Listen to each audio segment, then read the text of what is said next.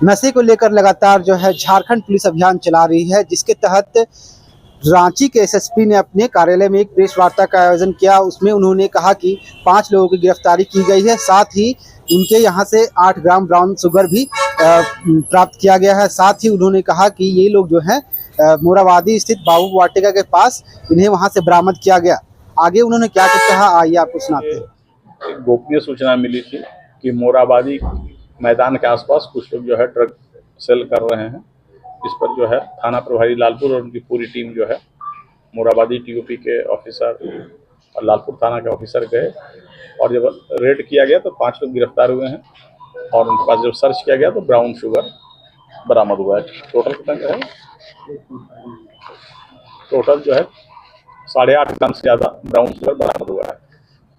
और हम लोग जो है इस पर आग्रह कानूनी कार्रवाई कर रहे हैं। और आगे भी रांची के जिले वासियों से अपील है कि जब भी आपको ऐसी कोई सूचना मिलती है या कोई आपके पास इनपुट हो तो ज़रूर हमारा जो नंबर दिया गया है उस पर शेयर करें, या आप डायरेक्ट हमको भी दे सकते हैं मैसेज।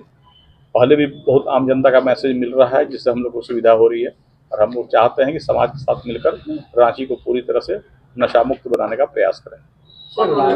रांची जिला प्रशासन बेहतरीन काम कर रही है, लेकिन नशे का कारोबार जो है लगातार बढ़ रहा है, कैसे इसमें अंकुश लगेगा? ये समस्या जो है ये केवल रांची की नहीं है, हमने बाहर के जिलों में भी जितने पुलिस हम बात करते हैं, ड्रग अभी मुख्य चुनौती समाज के लिए भी है, पुलिस के लिए भी है।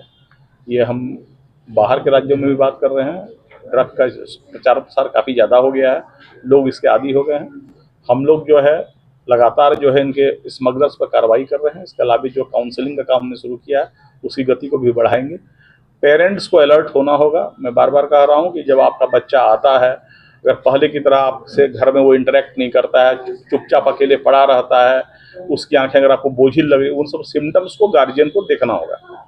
और आरंभिक, क्योंकि एक बार जब वो एडिक्ट हो गया तो फिर उसको आदत छुड़ाना बड़ा टफ जॉब होता है, तो पेरेंट्स को यह जरूर अलर्ट रहने की आवश्यकता है कि उनका बच्चा कहीं कुछ ऐसा असामान्य व्यवहार तो नहीं कर रहा है। तो मेरी अपील है कि पेरेंट्स भी इसमें सहयोग करें, क्योंकि उनका पूरा परिवार इससे प्रभावित होता है।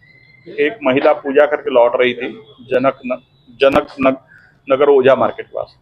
उसमें बाइक पे सवार 2 अपराधी थे जिन्होंने उसका चेन छीन लिया था। उनकी पहचान हो गई है।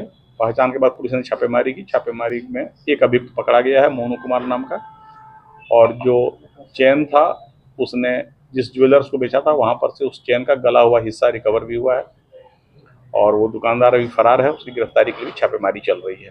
जो दूसरा भी फरार है उसके लिए भी छापेमारी चल रही है। गैंग का उद्भेदन हो गया है, और अन्य थाना क्षेत्र में भी इसने कई घटनाकारी किया था, उसका भी इसने कन्फेशन में स्वीकार किया है। उसके लिए रिकवरी का हम लोग प्रयास कर रहे हैं। कितनी घटनाओं को अब तक ये किया है? 3 घटना तो इसने स्पष्ट स्वीकार किया है, बाकी में भी हम लोग सीसीटीवी फुटेज से मिलान कर रहे हैं इसका।